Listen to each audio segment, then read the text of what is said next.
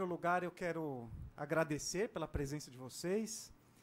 Nós viemos para tratar de um assunto de interesse geral para as instituições, para as equipes que trabalham com arquivos, com documentação. E nós temos aqui também pessoas de outras áreas, né? Aqui da Câmara nós temos amigos da Procuradoria, amigos da área de TI, né, que estão aqui conosco. Então, é um prazer, uma alegria para nós recebermos todos vocês. Meu nome é Ubirajara Prestes, eu sou o supervisor do arquivo aqui da Câmara Municipal de São Paulo, e eu estou aqui representando o Fórum Pró-Rede de Arquivos do Estado de São Paulo. Esse evento ele foi marcado nessa data em função do Dia do Arquivista, que é 20 de outubro. Então, nós marcamos em homenagem aos arquivistas e àqueles que trabalham com as instituições de arquivo. É um encontro promovido pela REDARC. A REDARC é a Rede de Arquivos do Estado de São Paulo, em parceria com a Escola do Parlamento, e tem como objetivo discutir a Lei 13.709, que é a Lei Geral de Proteção de Dados, e seu impacto nas atividades de arquivos. Eu queria fazer uma explicação, acho que cabe aqui uma explicação, sobre a REDARC, essa rede. Então, é uma rede que reúne representantes de importantes arquivos aqui no estado de São Paulo. Nós começamos inicialmente com um grupo pequeno, que se ampliou este ano. O objetivo dessa rede é estabelecer um intercâmbio entre as instituições de arquivo para troca de experiências, projetos em comum, apoio mútuo e promoção de eventos como esse aqui. Com isso, nós visamos fortalecer as instituições que promovem a preservação do patrimônio documental e acesso à informação, que é um elemento fundamental para a cidadania. Eu queria mencionar as instituições que fazem parte da rede de arquivos. Nós temos o Arquivo do Estado de São Paulo, Arquivo Histórico Municipal, Arquivo Geral da USP, a Unesp, o Centro de Documentação e Memória da Unesp, o Sistema de Arquivos da Unicamp, o Arquivo Edgar Leinroth, da Unicamp, o Arquivo Público de Campinas, o Centro de Memória da Faculdade de Ciências Médicas da Unicamp, o Arquivo da Assembleia Legislativa do Estado, os dois arquivos da Assembleia, o Arquivo Histórico e o Arquivo Geral, o Arquivo do IEB, da USP, o nosso arquivo aqui da Câmara Municipal de São Paulo, o Centro de Documentação da Pinacoteca do Estado de São Paulo, o SESC Memórias e a Biblioteca Brasiliana. Eu já encontrei aqui pessoas de várias dessas instituições que atenderam o convite, que estão aqui participando. A escolha desse tema, aliás, e a definição dos nomes dos palestrantes foi feita numa reunião desse grupo. Nós fizemos uma reunião, que eu não lembro se foi abril ou maio, e ali nós definimos esse tema. Surgiu a ideia de tratar dessa lei, desse tema. E nós ficamos felizes pelo interesse das pessoas que aceitaram, né, participarem. E aos professores também que estão aqui para palestrar. Nós agradecemos o convite que eles aceitaram. E eu queria agradecer também a presidência desta casa, né, na pessoa do vereador Milton Leite, a Escola do Parlamento, que nos apoiou, que esteve conosco todo esse tempo, cuidando toda a parte logística aqui para acontecer, a Secretaria-Geral Parlamentar e a Secretaria de Documentação, pela oportunidade de realizar esse evento aqui. Na Escola do Parlamento, o diretor-presidente é Humberto Dantas, e um dos coordenadores é o Matheus Novaes, também, que está cuidando aqui do evento conosco. Tá? Cuidaram da divulgação, inscrições, reserva de sala e outras atividades. Eu aproveito para dizer que, na nossa estrutura aqui da Câmara, nós temos a Secretaria de Documentação, que é formada pela Biblioteca, pelo Arquivo e pelo setor de documentação do Legislativo. E a responsável por essas três áreas é a Elizabeth Minac, que não está aqui hoje, mas pediu que eu saudasse a todos vocês e agradecesse pela presença. Eu quero passar agora a palavra ao Breno. Tá? O Breno ele é procurador aqui da Câmara e é secretário-geral parlamentar. Então, sob a sua responsabilidade estão o assessoramento de todos os trabalhos do plenário e todas as áreas ligadas, direto ou indiretamente, à produção legislativa aqui da Câmara. Tá? Então, a Secretaria de Documentação, que é a nossa área, está vinculada à Secretaria-Geral Parlamentar da qual o Breno ele é responsável. Agradecemos também pela presença dele aqui conosco. Vou passar a palavra para ele. Boa tarde a todos. Agradeço ao Bira o convite também para expressar algumas palavras aqui hoje. Agradeço a presença de todos, em especial o professor Ricardo Santana, professor doutor, e a professora doutora Renata. Professora Renata, que nem eu também nem gosto, né? Eu não tenho doutorado, mas também nem gosto do negócio de doutor aí, que advogado é doutor. Mano, aí fica aquilo, né? Do Brasil, quase todo mundo é doutor, né? Mas, bom, queria agradecer e dizer isso que o Bira falou, essa questão do arquivo. O Bira é o chefe do nosso arquivo. Para que vocês tenham alguma ideia da Câmara Municipal de São Paulo, eu estou vendo aqui o número da Lei de Dados 13.709, com certeza é uma numeração recente, porque se lembrar, na história da República, o Congresso Nacional esteve fechado. No caso da Câmara, não. Eu sempre falo que trabalho numa casa, nós trabalhamos numa casa com mais de 400 anos, a Câmara é desde 1560, esse prédio data de 1969, então tem um tempinho, é um orgulho, né, participar. A gente é quase um arquivo, na verdade, também, né, da Câmara. A Câmara tem por volta de 17 mil leis. E quem quiser ter conhecimento dessas leis, ou vão achar no arquivo ou na base de dados da Câmara. Nós temos desde a lei número 1 até essa lei quase aí de número 17 mil, para acesso a todos. E a Secretaria-Geral Parlamentar cuida desde a entrada do projeto de lei até a saída para o prefeito. E mesmo quando o prefeito veta, o retorno. Então, nós estamos em todo o processo, chamado processo legislativo aqui da casa. E quem quiser, estamos sempre à disposição para esclarecer, seja na biblioteca, no arquivo, no setor de comissões, no setor de taquigrafia, no setor de apoio ao plenário, qualquer assunto referente a qualquer projeto de lei aqui da casa. Então, de novo, agradeço a todos. Também agradeço o Rai, secretário-geral adjunto, que está em companhia aqui com a gente. Espero que todos tenham um belo evento, que com certeza, pelo gabarito dos professores aqui presentes, será um belo evento. Obrigado a todos.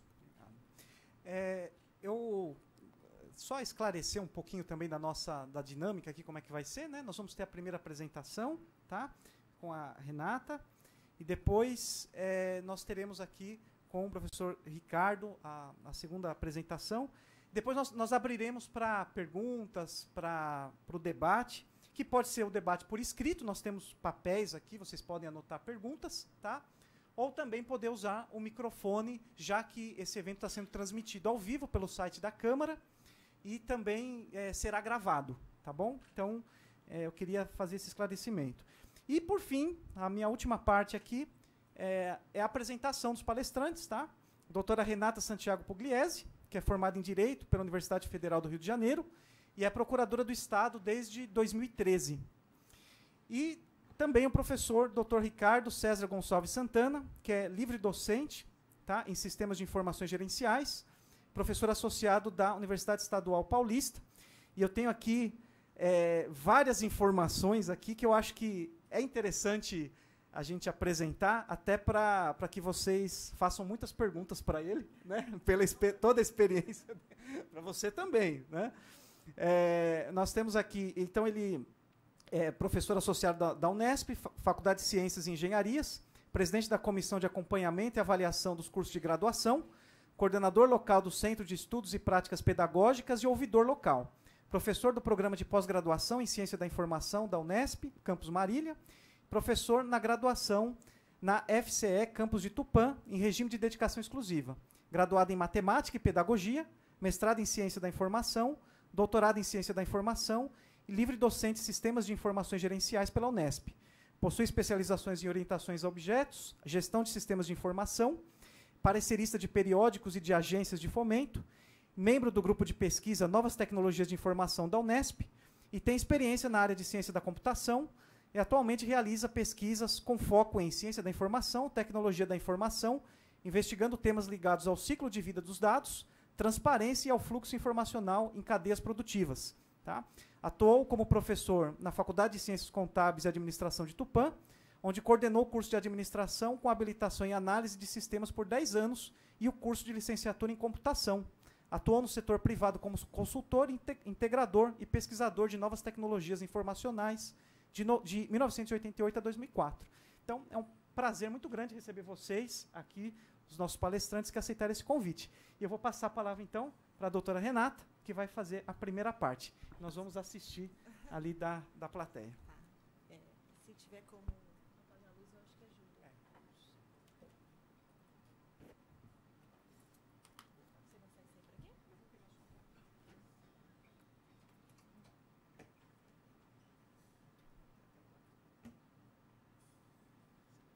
Obrigada. Bom, boa tarde a todos. Como já foi apresentado, meu nome é Renata, sou procuradora do Estado.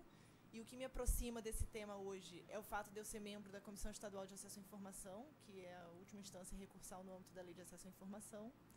E também, recentemente, de integrar e coordenar o grupo de trabalho na Procuradoria, que 6 anos depois da edição da Lei de Acesso à Informação, pretende desvendar os grandes mistérios que a gente ainda encontra quando tenta aplicar a lei.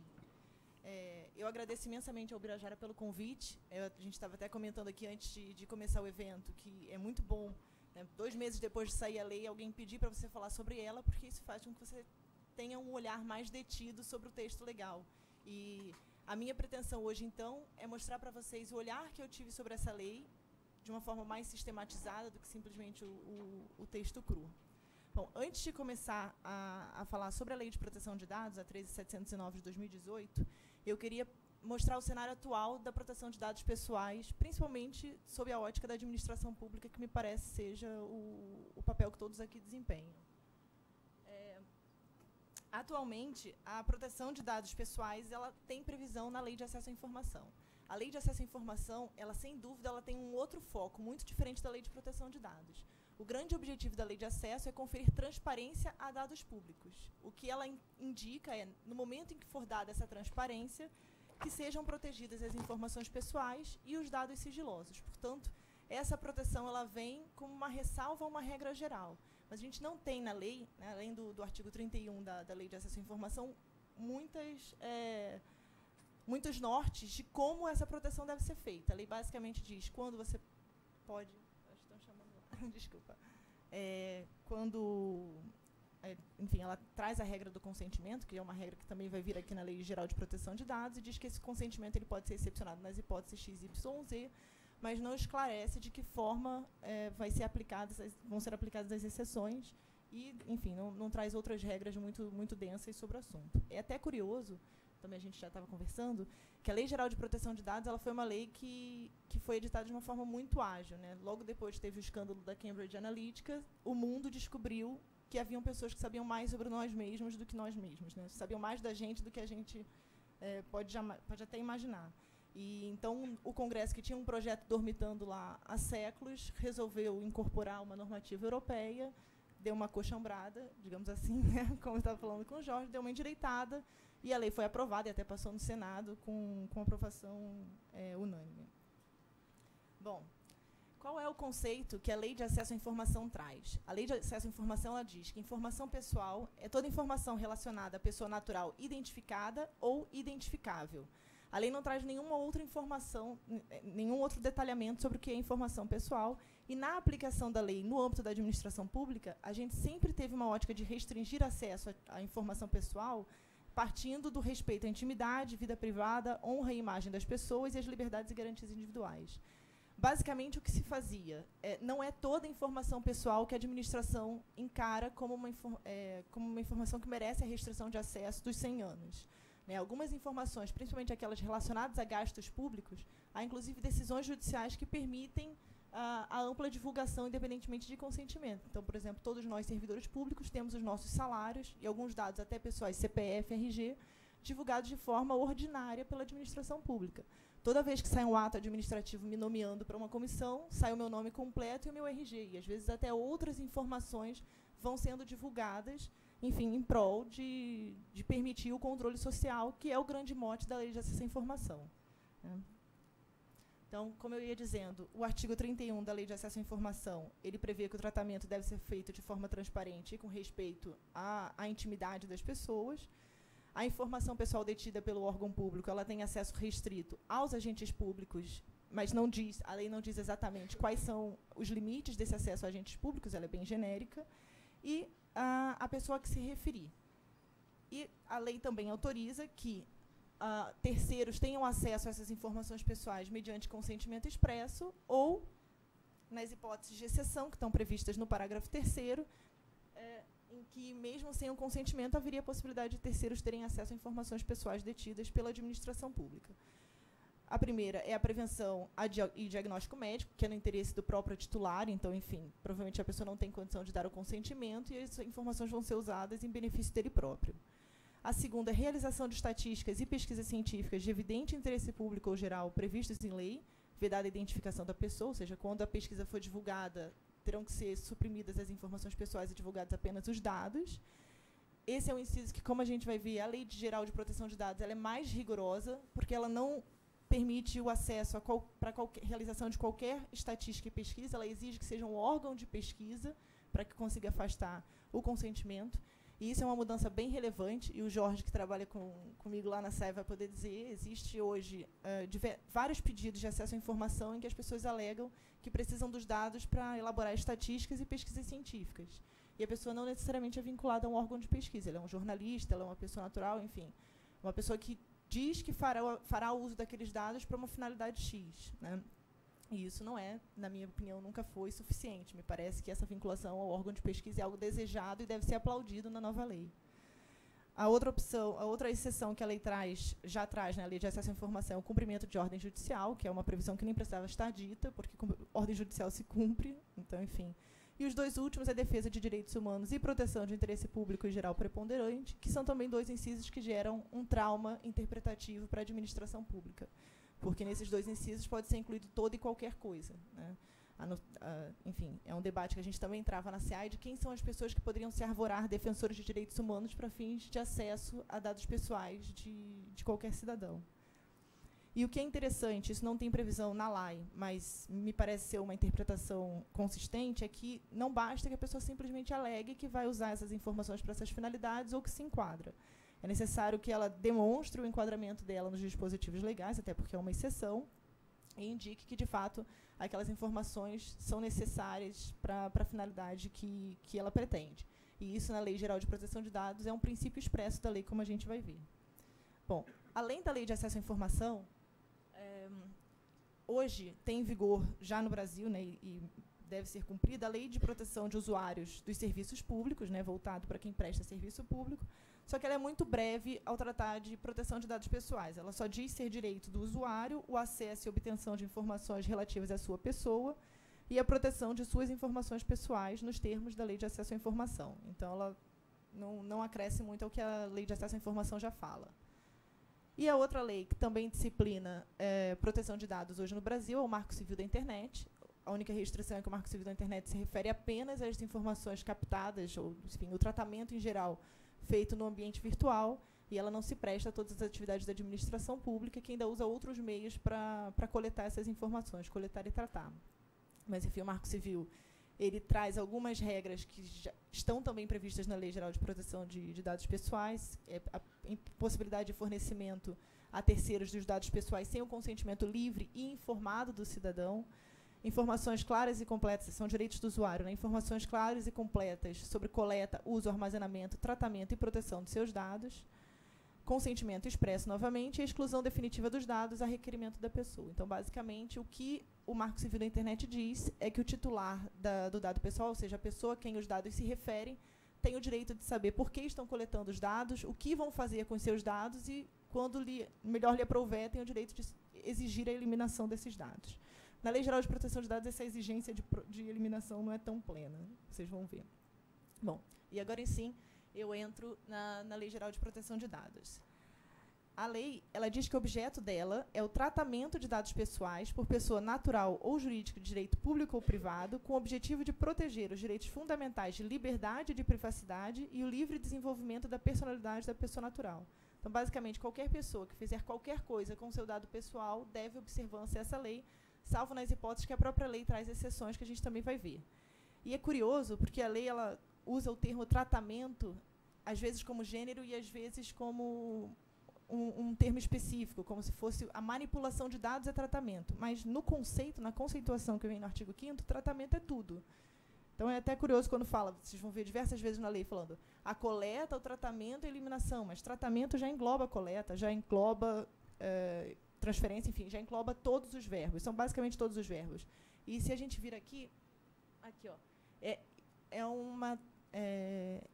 meramente exemplificativo, né? Então, tratamento são essas operações realizadas com os dados, além de outras possíveis que possam ser. Então, me parece que o termo tratamento para a lei é todo e qualquer comando que se faça com os seus dados. Bom, qual é o conceito central da lei? O conceito central da lei é a autodeterminação informativa. É a lógica de que alguém só tem privacidade efetiva quando ela é capaz de determinar o que vai ser feito com suas informações pessoais.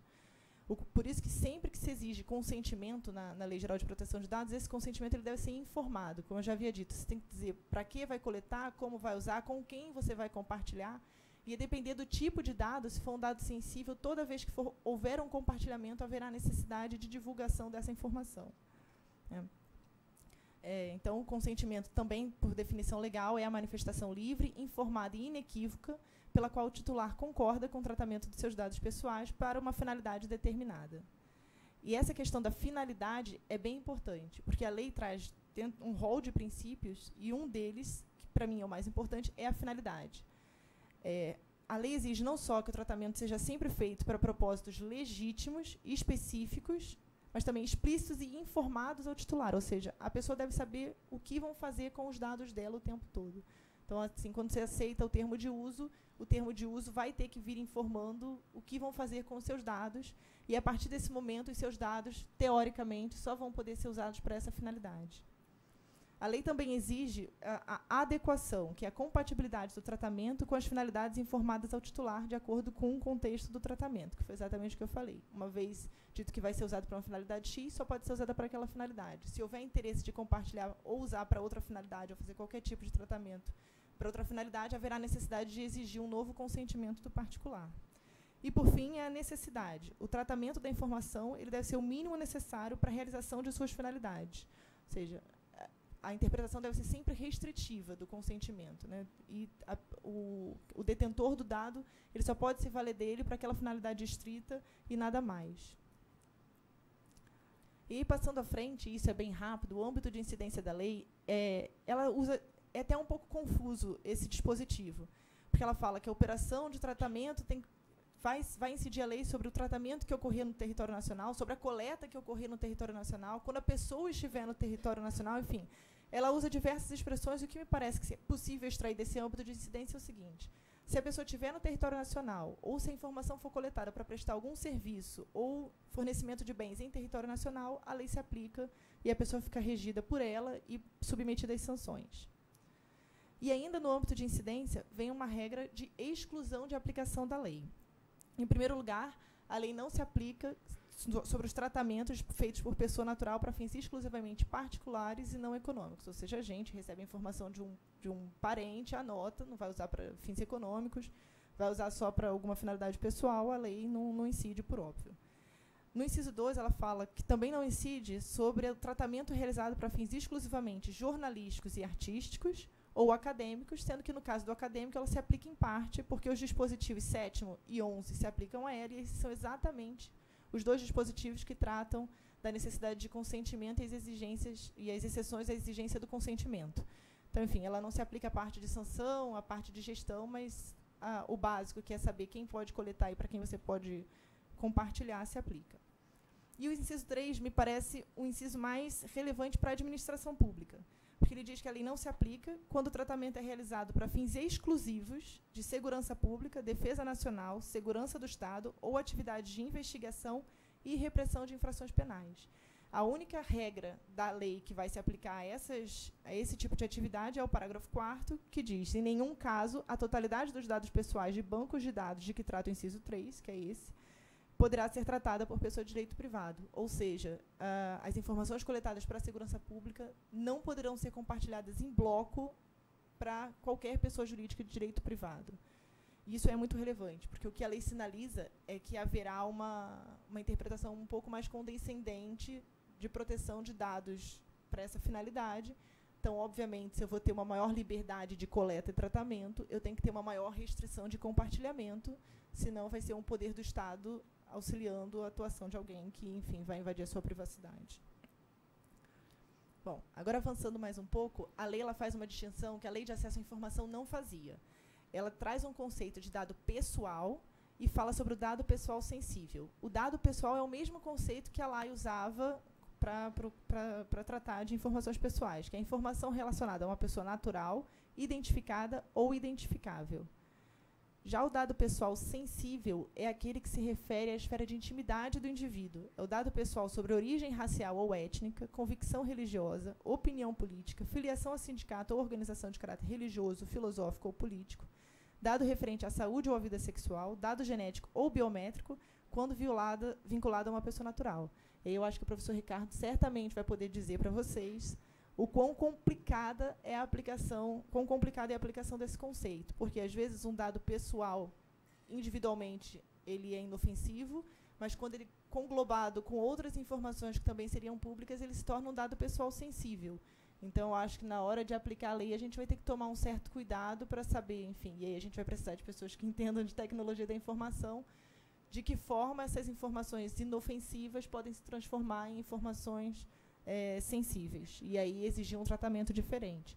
E que tratamento diferente é esse? A lei, como eu falei, ela tem o artigo 7º e o 11 para falar de dados pessoais e dados pessoais sensíveis, respectivamente. E o que muda de um para outro? É exatamente a forma de acesso. Né? A lei diz que para que seja possível o tratamento de dados pessoais, há necessidade de consentimento pelo titular. Isso para os dados pessoais em geral, ou seja, o seu nome, RG, CPF, dados inofensivos, digamos assim, mas que podem se tornar ofensivos a depender do tratamento que se faça. Já e eu vou mostrar aqui para vocês, né? Aqui são os dados pessoais gênero e aqui os dados pessoais sensíveis. Eu acho que isso é apagado hoje. Com relação aos dados pessoais sensíveis, se exige não apenas um consentimento, mas o consentimento de forma específica e destacada para finalidades específicas. Ou seja, é um consentimento muito bem informado. O que a lei quer dizer é que, para esses dados, há necessidade de um cuidado maior ao coletar o consentimento e a necessidade de instruir a pessoa, informá-la sobre o que vai ser feito com essas informações. E aqui está apagado, mas aqui estava escrito que, quando for indispensável a uma... não, na verdade, eu peço desculpas, eu acho que eu passei direto. Eu não estou conseguindo enxergar direito, peço desculpas. Então, aqui, só voltando atrás, os dados pessoais sensíveis, então, são esses que exigem um consentimento mais informado, mais específico, destacado e com finalidades específicas. E a outra diferença que faz, vocês vão ver que, para dados pessoais e dados pessoais sensíveis, são basicamente as mesmas exceções. A diferença é que, para o dado pessoal sensível, ela exige que essa ausência de consentimento só seja dada quando for indispensável a uma das seguintes finalidades, a obtenção do dado. Então, a pessoa vai ter que demonstrar que efetivamente precisa daquela informação para uma finalidade específica, diferente do dado pessoal normal, que basta a mera alegação, que já seria suficiente. Bom, e aí que começa. O cumprimento de obrigação legal ou regulatória pelo controlador, por óbvio, os dois dados podem ser acessados. Pela administração pública, a administração pública tem um grande âmbito de possibilidade de utilização, porque qualquer dado que possa ser utilizado para execução de política pública, a lei autoriza que seja feito o acesso e o tratamento sem consentimento do titular. Só com relação ao dado pessoal normal, ela admite até que esse uso seja respaldado em contratos, convênios ou em instrumentos congêneres, o que para o dado sensível não tem. Enfim, continuando, os dados pessoais para realização de estudos, como eu tinha dito, por órgão de pesquisa, tanto o dado pessoal normal, o normal geral, né, como os sensíveis. Quando necessário para execução de contrato ou procedimentos preliminares, ele só está previsto para dados pessoais, mas me parece que isso, na verdade, como é a pedido do titular dos dados, é um consentimento, né, a pessoa dá o consentimento específico para o tratamento, eu não sei nem por que isso está previsto como exceção, se diz que é a pedido, se é a pedido tem consentimento. A próxima possibilidade é para o exercício regular de direitos em processo judicial, administrativo ou arbitral. A lei não diz quem vai poder requisitar, me parece que seja o titular dos dados também. Então, eu também não vejo muito sentido nessa exceção, mas, enfim, tem a previsão. E, na sequência, para proteção da vida ou incolumidade física de titular ou de terceiro, e aí já fala até em terceiro, na Lei de Acesso à Informação falava o tratamento de saúde da pessoa. Tutela da saúde também está embaixo, também possível para os dois, a exceção do consentimento. E admite também os dados pessoais para proteção da vida ou... Eu acho que isso é um equívoco, desculpa. Quando necessário para atender aos interesses legítimos do controlador ou de terceiro, exceto no caso de prevalecerem direitos e liberdades fundamentais do titular que exijam a proteção dos dados pessoais. Essa expressão, interesse legítimo do controlador, que admite o uso independentemente de consentimento, ela tem uma regulamentação na lei que não é muito precisa, né? Só diz que tem que ser feito de forma transparente, que tem que ser feito com cuidado, enfim. Mas o que é o interesse legítimo de quem detém os nossos dados? Se ele é uma empresa, o interesse legítimo dele é usar os nossos dados para fins comerciais, para fins econômicos, enfim. É algo a se pensar quando a gente for avançando no entendimento da lei, né? É uma lei muito recente, então talvez a gente consiga entender melhor esses pontos no futuro. Bom, o uso de dados pessoais, isso é uma previsão interessante, ele também pode ser usado para proteção de crédito, inclusive quanto ao disposto na legislação pertinente. Há uma grande discussão hoje sobre a possibilidade da administração pública ceder informações para operadoras de crédito, para que elas consigam avaliar e dar juros inferiores, né? Em tese, seria bom para a sociedade a gente receber empréstimos a juros menores se tivesse algumas informações pessoais que viabilizassem avaliar a sua capacidade de absorver esse crédito, mas, por outro lado, a gente está cedendo informações sem consentimento. Enfim, é aquela velha discussão se vale a pena ceder essas informações para um benefício pequeno. E, por fim, também os dados pessoais sensíveis, eles podem ser usados para garantia de prevenção à fraude e à segurança do titular em processos de identificação e autenticação de cadastro em sistemas eletrônicos, resguardados os direitos mencionados. Enfim, é uma outra previsão de exceção. O que importa ver de todas essas exceções que foram apresentadas? O consentimento, na lei, ele tem um relevo muito grande, né? E, como eu já havia dito, a lei fala em consentimento informado. É a autodeterminação informativa. Cabe a cada indivíduo decidir o que pode ser feito com os seus dados. E quais são essas características do consentimento informado previstas na lei? A lei exige, em primeiro lugar, que o consentimento seja feito por escrito ou outro meio que demonstre a manifestação de vontade do titular.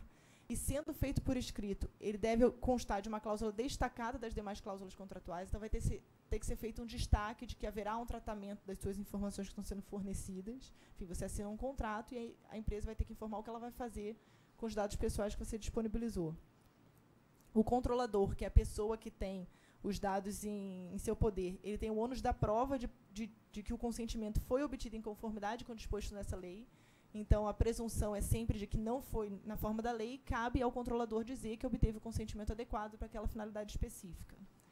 O consentimento, como eu já disse, ele deve ter uma finalidade determinada, e a lei considera nulas as autorizações genéricas. Então, esses termos gerais que a gente assina, em geral, na internet, dizendo que os seus dados poderão ser usados para compartilhamento com nossos parceiros comerciais e poderá ser usado para nos auxiliar a fornecer a você produtos mais adequados, enfim. Esses consentimentos muito genéricos, eles não se mantêm frente à Lei Geral de Proteção de Dados. O consentimento também pode ser revogado a qualquer momento, mediante manifestação expressa do titular, e não pode ser cobrado nenhuma taxa para que ele faça essa revogação de consentimento. Ainda com relação ao consentimento informado, o titular ele tem direito a acesso facilitado às informações sobre o tratamento de seus dados, que devem ser disponibilizados de forma clara, adequada e ostensiva, em especial sobre a finalidade, a forma e duração desse tratamento, a identificação do controlador, que é a pessoa que vai deter os dados, informação sobre eventual uso compartilhado e indicação dos direitos do titular previstos na lei. Esse uso compartilhado eu coleto a informação, crio um banco de dados e disponibilizo para outras pessoas. Essa disponibilização hoje não é mais... Quer dizer, hoje não, a partir de fevereiro de 2020, quando a lei entra em vigor, ela deixará de ser livre. E também haverá necessidade de um consentimento informado, ou seja, eu devo dizer para a pessoa que haverá um compartilhamento para as finalidades XYZ, e aí sim eu poderei compartilhar para essa finalidade. De novo, se eu quiser expandir as finalidades, eu preciso de um novo consentimento. E a lei traz duas regras especiais, se o dado pessoal for sensível, que, enfim, que é a necessidade de, sendo dada desculpas, havendo um tratamento dessas informações, esses dados pessoais sensíveis, ser dada publicidade à dispensa de consentimento. Então, toda vez que a pessoa se enquadrar na dispensa, ela vai ter que dar algum tipo de publicidade, e a lei não diz de que forma essa publicidade vai ser feita. Né? No poder público, a gente até poderia colocar no Diário Oficial, vou disponibilizar na internet. Agora, uma empresa privada, eu, sinceramente, não sei de que forma ela vai fazer, se vai ter que disponibilizar. Até na própria lei existem umas regras de governança. Me parece que talvez a solução caminhe por aí. Né? A elaboração de normas de governança de cada empresa, de cada entidade privada, disciplinando de que forma vão ser cumpridas essas regras especiais. Eu acho que eu estou passando tudo errado, né?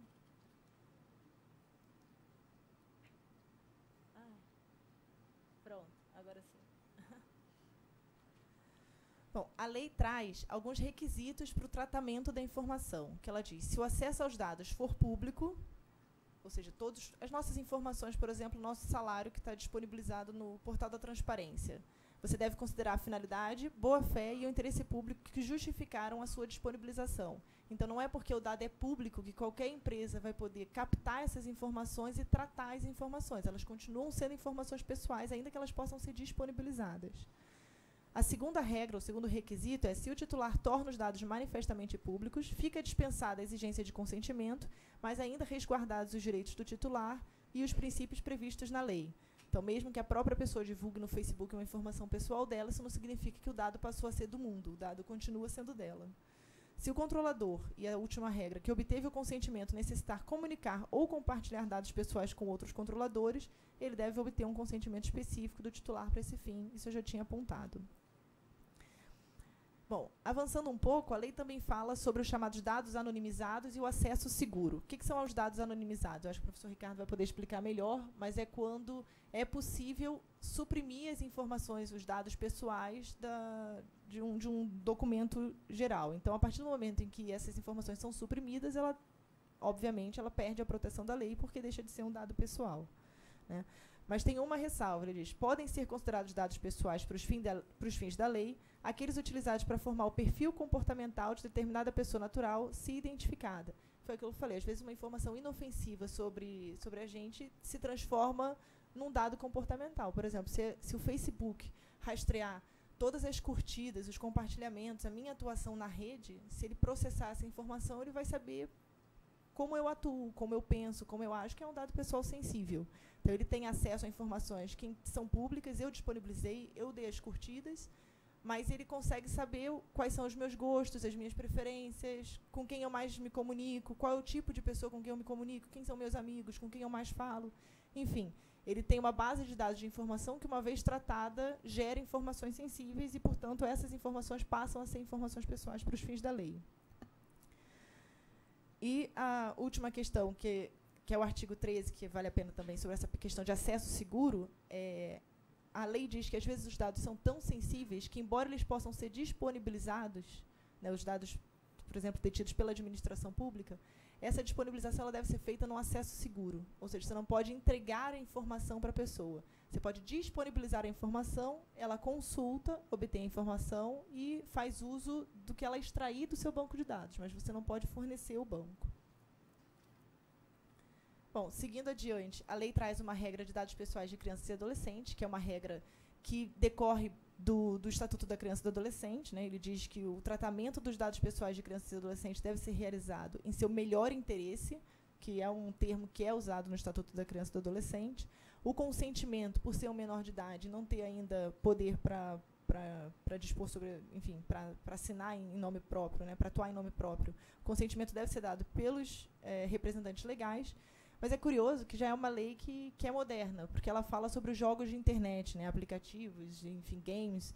E, nesses casos, é possível, claro, a criança mesmo vai acabar usando o sistema, e o que a lei exige é que a empresa não capte mais informações do que as necessárias para o uso do sistema. O que é muito comum. Às vezes você vai fazer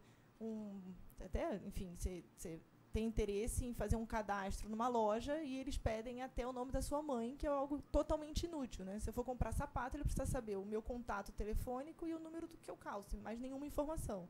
Mas a realidade é que, cada vez mais, as pessoas captam informações totalmente inúteis. E a ideia com relação a crianças e adolescentes é que não pode ser coletada informação além do estritamente necessário para o uso da ferramenta. A lei traz ainda uma regra, deixa eu ver se está certo, sobre término de tratamento de dados, que é a possibilidade da pessoa pedir a eliminação das suas informações. Enfim, também dentro dessa lógica de o titular é ela, então ela decide o que faz, né? Então, tem tanto um prazo para o término de tratamento. No momento em que você coleta, você, como a gente já disse lá na frente, a pessoa tem que dizer o que vai fazer, qual o prazo em que ela vai tratar essa informação. Encerrado o prazo, a informação tem que ser eliminada. Além disso, a lei também fala sobre os direitos do titular. Enfim, que é uma grande repetição de tudo que já foi dito, né? Tudo aquilo que os outros têm que cumprir passam a ser direitos do titular no artigo específico. Diz: toda pessoa tem assegurada a titularidade de seus dados pessoais e garantidos os direitos fundamentais de liberdade, intimidade e privacidade nos termos da lei. Então, ela tem direito a saber se efetivamente os dados existem, a confirmação de existência, tem direito a acessar os dados e corrigi-los, se for o caso, tem direito a exigir anonimização, bloqueio ou eliminação de dados, tem direito à portabilidade de dados, isso é bem interessante, né? Enfim, que em algumas áreas reguladas isso já é possível, quando se celebra um contrato de telefone, enfim, há uma portabilidade hoje até de número, mas é curioso a curiosa possibilidade de você fazer portabilidade de banco de dados. Também há o direito de informação sobre a possibilidade de não fornecer consentimento e sobre as consequências da negativa, também dentro do âmbito desse consentimento informado, né? A pessoa não só tem que saber para que vai ser usado o dado, mas também que ela pode se recusar a fornecer os dados e o que acontece caso ela se recuse. Bom, ainda sobre os direitos do titular, como eu já havia dito, o titular tem direito a solicitar revisão por uma pessoa natural das decisões tomadas unicamente com base em tratamento automatizado de dados pessoais que afetem seus interesses. Isso é bem curioso. Cada vez mais comum que o processamento das informações se dê de forma automática. Então, você faz um requerimento e o próprio sistema já te diz se pode ser aceito ou não. E, pela lei agora, passa-se direito da pessoa pedir que uma pessoa natural, ou seja, um indivíduo, analise aquele pedido e o aprecie. Bom, a lei ainda traz... Eu espero não estar sendo maçante por trazer um monte de informação. Falar sobre lei é realmente um pouco maçante. Talvez a outra palestra seja mais interessante pelos dados e imagens. Não, tá bom para mim, a não ser que eles queiram. Bom, é curioso que a lei ela traz um capítulo específico para o tratamento de dados pessoais pelo poder público. E eu fiquei pensando bastante sobre isso, de que forma esse capítulo, primeiro, se coaduna com as regras da Lei de Acesso à Informação, ou se teria havido o que a gente chama de derrogação, né, a nova lei tratando amplamente sobre essa matéria, se de alguma forma as regras que existem hoje na Lei de Acesso à Informação subsistiriam, e se esse capítulo afastaria o restante da lei, ou seja, só para a administração pública só se aplicaria isso. Me parece, por uma análise ainda bem preliminar da lei, que esse capítulo ele só reforça, ele cria regras mais específicas para a administração pública, mas todos os outros dispositivos também se aplicam a ela. Até porque, se a gente for no 7º e no 11, eles trazem regras de exceção de consentimento para a administração pública. Então, não faria sentido, né, orgânico que tivesse um capítulo que afastasse o resto, sendo que o resto da lei dispõe também sobre a informação pública. Bom, o que diz esse capítulo específico de tratamento de dados pessoais pelo poder público? Ele diz que o tratamento pelo poder público deve ser realizado para o atendimento da sua finalidade pública, com o objetivo de executar competências legais ou cumprir atribuições legais no serviço público, desde que, novamente, sejam informadas as hipóteses em que vão ser realizados os tratamentos de dados e seja indicado o encarregado quando realizarem operações de tratamento de dados pessoais. Esse encarregado ele é parecido com o classificador que a gente já tem no sigilo, né? A diferença é que esse encarregado vai ser a pessoa responsável por validar o cumprimento da lei, né? A pessoa que vai ser o detentor oficial, digamos assim, dos seus dados. Bom, com relação ao compartilhamento de dados, a coleta de dados, isso é bem interessante na lei e eu acho que o professor Ricardo vai saber explicar melhor. A lei exige que a administração pública colete os dados em formato interoperável e estruturado, que aqui no âmbito do Estado de São Paulo me parece ainda não ser tão possível, né? Porque a gente tem uma série de bancos de dados que não se conversam entre si, embora todos tenham sido formatados pela Prodesp. Enfim, eles deveriam conversar entre si e a lei pretende isso, que não haja necessidade. Me parece que o grande propósito disso é que não haja necessidade de haver a coleta de dados em diversas frentes e a administração formaria um grande banco de dados em que ela teria todas essas informações num lugar só. A lei ainda prevê, no artigo 26, que o uso compartilhado de dados pessoais pelo poder público deve atender a finalidades específicas de execução de políticas públicas e atribuição legal pelos órgãos e entidades públicas.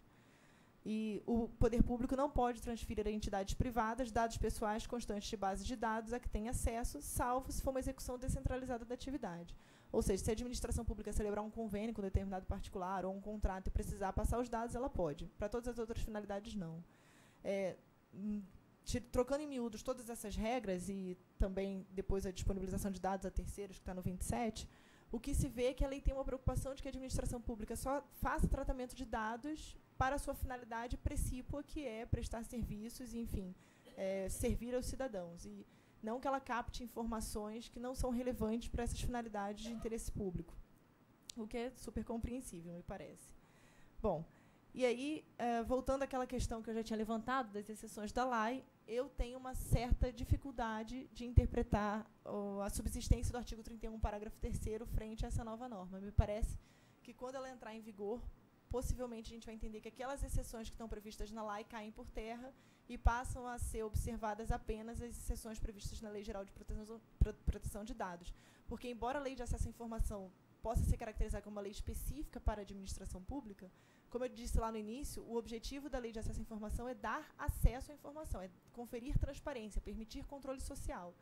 Essa lei ela é uma lei especial para a proteção de dados e é direcionada tanto aos privados quanto à administração pública. Por isso que me parece que, a partir de fevereiro de 2020, a gente vai ter que avaliar a possibilidade de acesso e as exceções para permitir acesso sem consentimento com base na Lei Geral de Proteção de Dados e não mais na Lei de Acesso à Informação.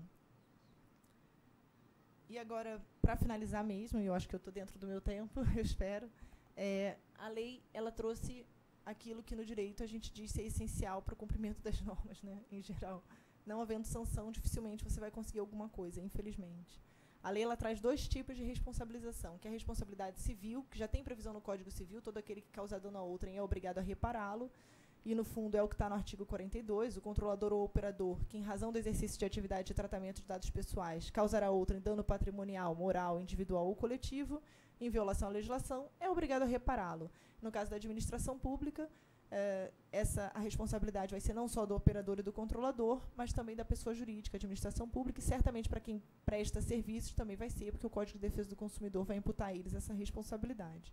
Então, ainda que o controlador ou o operador seja uma pessoa física, né, o controlador vai ser provavelmente uma pessoa jurídica, mas o operador sendo pessoa física, a pessoa jurídica que está se beneficiando do uso desses dados certamente vai ser responsabilizada. E a lei prevê ainda uma responsabilização administrativa, que eu estava até conversando com o Jorge antes aqui, que é uma responsabilidade administrativa que a gente ainda não sabe exatamente quem vai sancionar, porque a ideia inicial da lei era a criação de uma Autoridade Nacional de Proteção de Dados, que seria um órgão federal responsável por normatizar boa parte da regulamentação. Tem diversos momentos da lei em que ela faz remissão a essa autoridade como a responsável por esmiuçar a legislação, e essa autoridade também seria responsável pela fiscalização e aplicação de sanções no âmbito da lei. A autoridade não foi criada, pelas razões de veto, ela não foi criada porque foi uma lei de iniciativa do Legislativo, e criação de órgãos é de iniciativa exclusiva do chefe do Executivo, então foi uma questão meramente formal. Se tivesse sido sancionada plenamente com a autoridade nacional, fatalmente seria declarada a inconstitucionalidade do dispositivo. Então, o presidente, na própria razão de veto, já sinalizou que tem interesse, sim, em estruturar essa autoridade nacional. Eu não sei se isso é verdade, enfim, mas a gente espera que sim.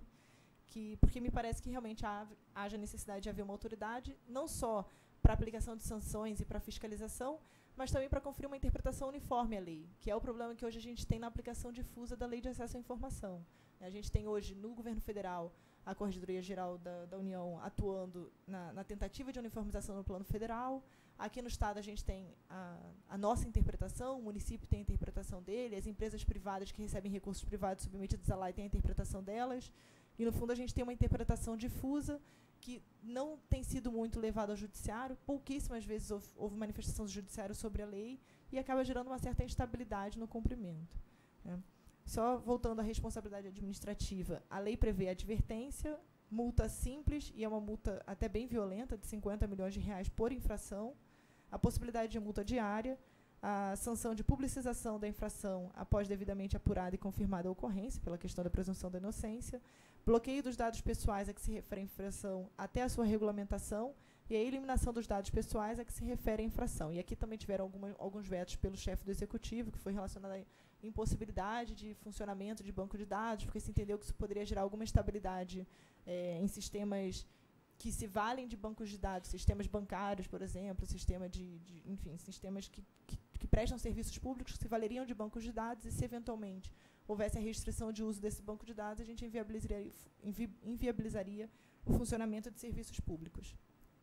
O que é curioso é que curioso, mas também faz sentido, é que a administração pública não está sujeita às sanções pecuniárias. Ela só está sujeita às sanções administrativas para evitar que o dano continue sendo perpetrado. E tem uma regra expressa na lei que diz que o regime sancionatório da Lei Geral de Proteção de Dados não afasta o previsto na lei, ou seja, a Lei de Acesso à Informação continua existindo com todas as suas estruturas e existe o sancionamento com fundamento nela. Enfim, eu tentei, aqui eu já encerro a minha explanação, eu tentei organizar a lei da melhor forma que eu consegui entender na minha cabeça, né, enfim, tirar uma fotografia da lei e tentar formatar da melhor forma. Infelizmente, a gente não tem muito artigo escrito sobre a lei. O que se tem é bastante produção literária no meio jurídico sobre a necessidade de haver uma lei geral de proteção de dados, mas, como a lei foi aprovada de uma forma muito rápida, pouco ainda se construiu de forma profunda sobre o texto da lei. O que a gente tem são artigos esparsos dizendo que é importante o advento de uma lei de proteção de dados, que essa questão do consentimento está bem colocada, que existem algumas falhas, enfim. Eu espero que o Ubirajara e tantas outras pessoas promovam mais eventos desses, até para que a gente ouça quem está do outro lado, quem é responsável pela guarda dos documentos, né, enfim, ou pela gestão dos sistemas informáticos, para que o meio jurídico, do qual eu faço parte, consiga visualizar uma interpretação mais adequada da lei, que confira maior proteção à sociedade, claro, que é o intento da lei, mas que também não inviabilize o funcionamento da vida. Enfim, obrigada.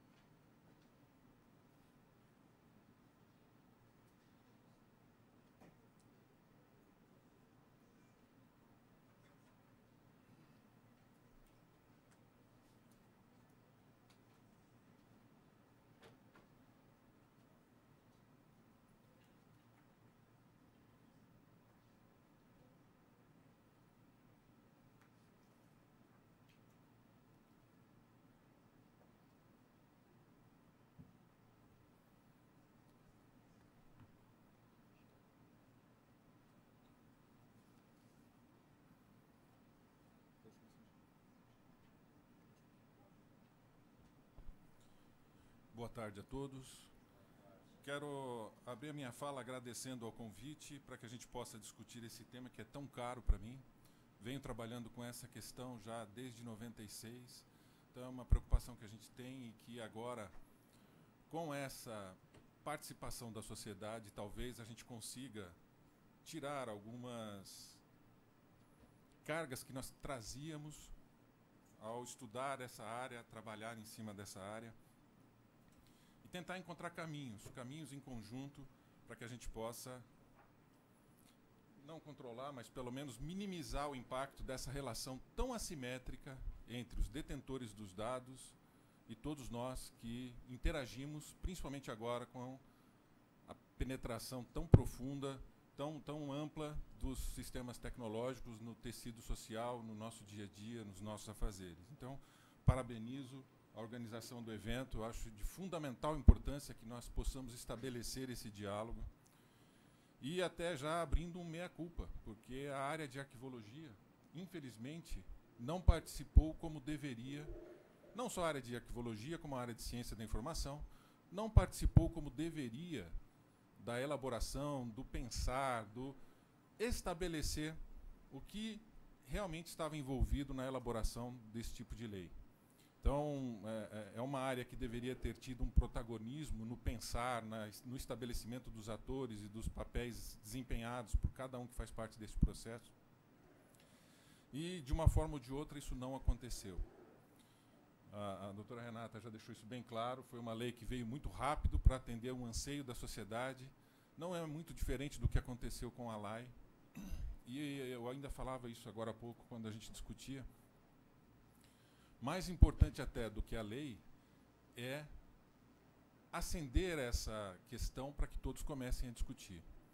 E torcer para que não aconteça o que aconteceu com a LAI também. Porque a própria LAI, em função de alguns aspectos que não foram desenvolvidos como deveria, por exemplo, a questão da transparência ativa ou transparência passiva, tornaram a lei muito burocrática e muito mais propensa a atender um anseio da sociedade naquele momento do que realmente a criar um caminho que aumentasse a demanda pelo acesso a dados.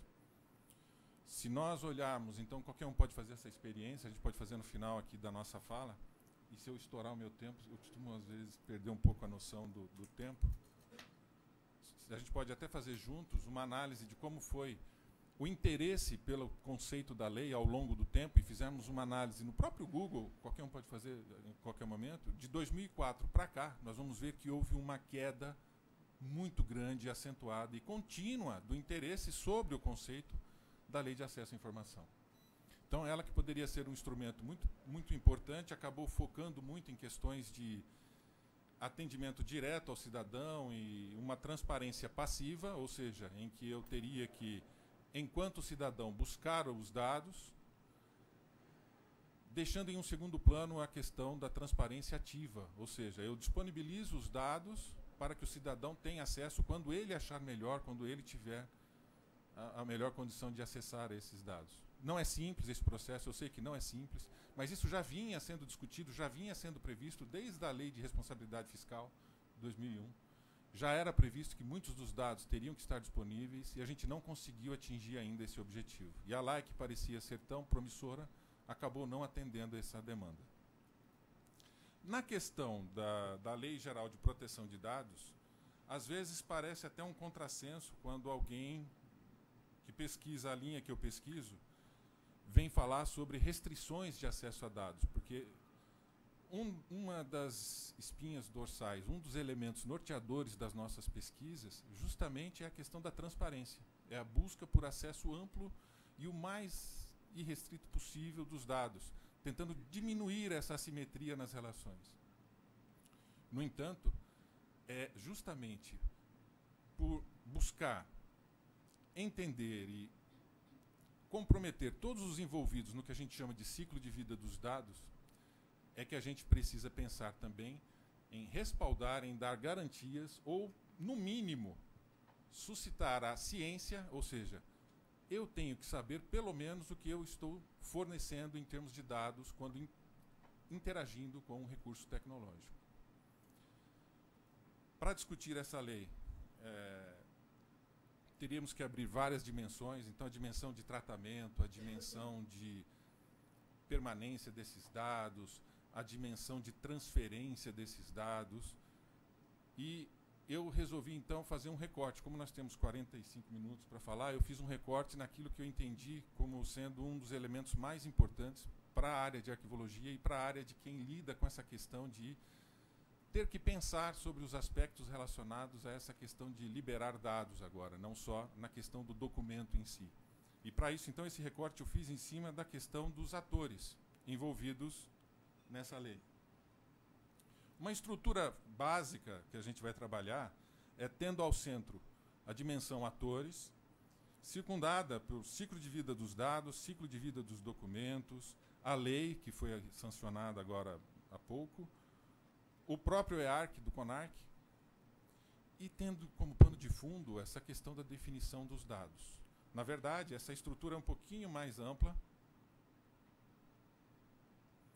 Na verdade, nós precisamos de outros elementos para poder pensar isso. Então, eu também fui buscar algumas informações na Convenção 108 da União Europeia, na Lei de Software de 98, que já trazia também algumas questões identificando esses atores, na lei que rege o papel, o trabalho do arquivista, e trabalhando alguns fatores e questões. Quero tentar trazer também, se o tempo permitir, alguns cases para que nós possamos perceber como é difícil para quem está fora da operacionalização, para quem está ao largo da operacionalização desse tratamento de dados, como é difícil entender o que é que pode ser feito com esses dados a partir de coletados. Trabalhar com essa questão de dados, então, num primeiro momento, a gente precisa pensar nessa questão de documentos e dados. A área sempre esteve muito próxima da questão do próprio documento. Só que a gente precisa estar atento à seguinte questão. Cada vez mais os documentos que são gerenciados, eles já nascem digitais. Eles já não são mais a imagem digital que você está gerenciando, mesmo num GED ou mesmo num sistema. Você já não tem, na sua maioria, ou dos que estão chegando agora, essa que a gente chamava antes de documento-imagem, né, da gestão do DI, do documento enquanto imagem. Mesmo enquanto ele físico, e você tratando o ciclo de vida documental por meio de metadados. Então, esse tratamento, cada vez mais em documentos que nascem digitais, nos forçam a pensar, a refletir nessa questão da definição do que seriam esses dados e de como nós interagimos com esses dados. Não vou trazer definições acadêmicas, porque nem mesmo na ciência da informação existe um consenso. Dados é um conceito polissêmico. Mas a gente precisa entender assim, que enquanto nós tínhamos um documento, por exemplo, uma nota fiscal, vou pegar um exemplo bem simples, só para a gente ilustrar o que a gente está dizendo, né?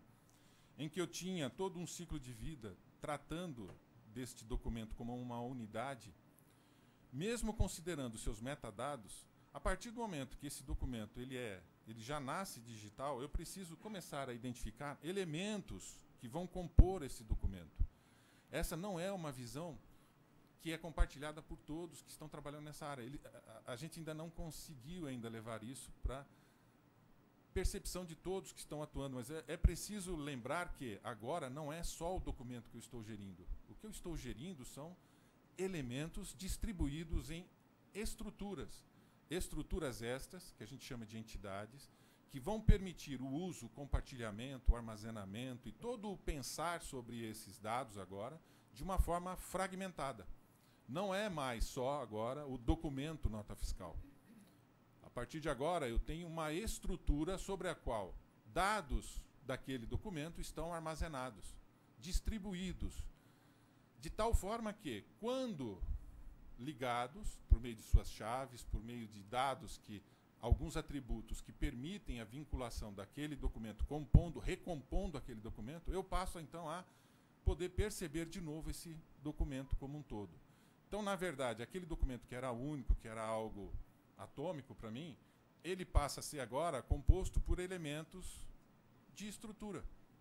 Então, dentro da nota fiscal, eu vou ter uma subestrutura ali que vai me identificar os dados da nota fiscal, eu vou ter dados de cliente, eu vou ter dados do produto, eu vou ter dados do item, eu vou ter dados do faturamento, eu vou ter dados do transportador, da remessa e assim por diante. São fragmentos que eles agora passam a ter vida própria, são registros próprios, que são resgatados no momento em que eu vou visualizar ou que eu vou tratar este documento como uma unidade. Então agora eu já não posso mais pensar naquele documento como só o documento. Eu tenho que levar em conta que existe uma estrutura por trás de dados que precisa ser pensada, que vai ter as suas implicações, que é o que a gente vai discutir mais à frente. Essa estrutura, quando olhada agora a partir da perspectiva lá da ciência da computação, de quem operacionaliza os sistemas, ela tem uma visão diferente. Então aquele documento ele já não é visto pelo profissional da computação, por aquele que tem a tarefa de operacionalizar o sistema, de implementar os sistemas, ele vê como uma estrutura próxima a esta. Então ele tem elementos distribuídos em registros que agora, ao tratar o documento, eu vou resgatar estes elementos. Então, resgatar esses elementos significa que eu recomponho o documento a partir daqueles elementos distribuídos, daqueles dados distribuídos nestas subestruturas. Me explica melhor isso. Como é que a gente pode pensar isso? Quando a gente pensa nessas subestruturas, elas podem ser, portanto, vinculadas entre si. Olhar o documento, acessar o documento, visualizar o documento significa resgatar determinados registros destas subestruturas. Perfeito. O que significa, então, por exemplo, excluir um documento? Se eu excluir esse documento simplesmente retirando o elemento chave lá, que seria a nota fiscal, eu posso continuar tendo ainda dados relativos ao cliente, ao que ele comprou, dados relativos ao transportador, quando é que aquilo aconteceu, uma série de outras informações que, apesar de, mesmo a nota fiscal fisicamente, aparentemente não estar mais presente, eu posso ter ainda dados que, e nós vamos ver daqui a pouco no exemplo do case que eu queria trazer para vocês, podem recompor novamente um cenário maior, que é o que a professora Renata já destacou também. Então, a partir de um dado, de um fragmento que parece inofensivo, ou que nem mesmo foi levado em conta numa auditoria ou num levantamento mais apurado, por quê? Porque ele é subitem, ele está em uma entidade que está fora daquele controle da nota fiscal. Se eu fizer uma consulta pelo sistema, pelo banco de dados, eu não vou encontrar mais a nota fiscal. Sem falar na questão do próprio atributo definidor de situação. Então, por exemplo, eu posso pegar um documento e simplesmente definir que esse documento está cancelado ou inacessível, sem que esse documento tenha sido retirado do sistema de forma física, de forma concreta. Um exemplo disso é quando a gente apaga ou quando a gente exclui um post ou qualquer outra informação que você coloca numa rede social. Você pode ficar com a percepção de que aquele dado, de que aquela informação foi retirada do sistema, mas na verdade ela continua. Ela só não está mais visível, ela não está mais acessível para o seu titular ou até mesmo para uma busca mais apurada. No caso de redes sociais como o Facebook, por exemplo, isso é tão complicado que, às vezes, um post retirado, até bem que pouco tempo atrás, quando você entrava com uma interface de desenvolvedor, com uma interface mais técnica, para fazer buscas sobre dados de usuários, você encontrava posts que haviam sido, informações que haviam sido excluídas do usuário. Portanto, aquela exclusão não é completa, não é física. Partes daquilo, que lá no Facebook eles chamam de nó, ele fica lá como um elemento que só perde aquele link, aquela vinculação para ser exposto daquela forma anterior que ele tinha sido previsto. Portanto, o documento continua sendo reconstruível. É possível você reconstruir o documento a partir desses elementos menores. Para pensar sobre tudo isso, a gente precisaria também, então, entender como é que funciona esse acesso a dados.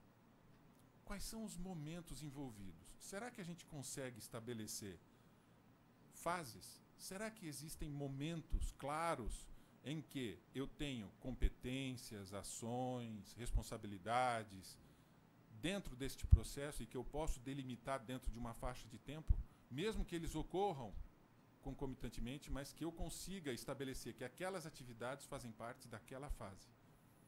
Para isso, a gente pode pensar na questão do ciclo de vida dos dados e no ciclo de vida dos documentos.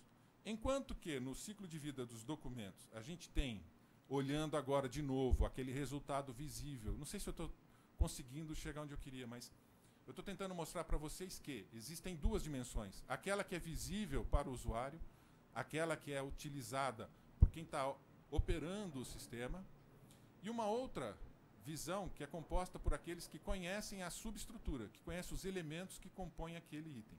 Então, quando a gente olha só na questão dos documentos, então a gente pode pensar nas suas etapas. produção, tramitação, uso, avaliação, arquivamento e destinação, quando não, guarda permanente ou eliminação.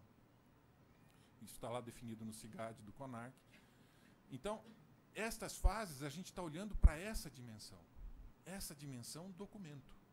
É aquela entidade que é resultante da soma destes elementos menores que são resgatados de suas subestruturas.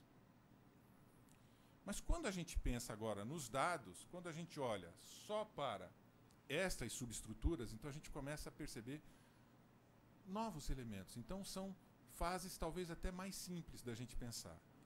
Numa primeira fase que a gente pode pensar é aquela em que eu vou ter que obter esse dado.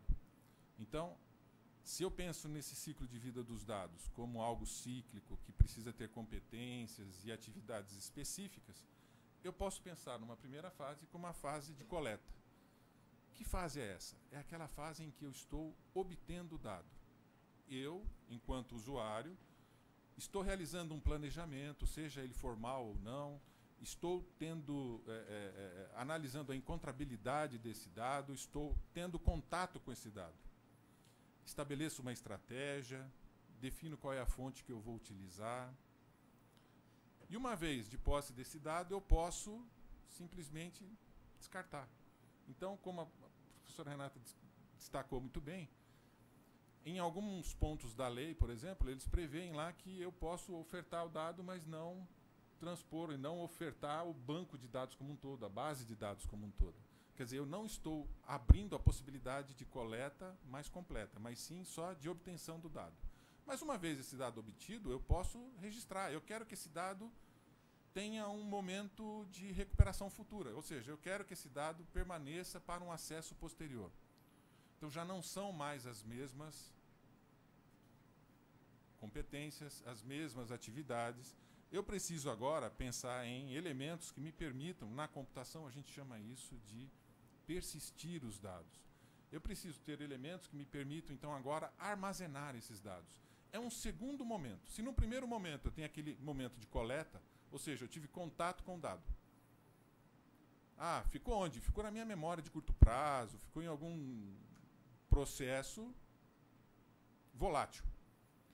Eu utilizei esse dado, posso até ter utilizado esse dado, por exemplo, fiz lá uma cotação de algo que eu queria comprar. Eu queria comprar os copinhos e fui lá e fiz uma cotação. Liguei em 3 lojas, nem anotei. Simplesmente descobri qual era o mais barato e comprei. Eu fiz só a coleta. Num segundo momento, meu gerente chega e me diz, não, agora você precisa me dizer quais foram esses dados. Você precisa me passar de forma mais estruturada, formal, como foi que aconteceu esta coleta. Ah, então agora eu vou ter que armazenar, vou ter que persistir esses dados.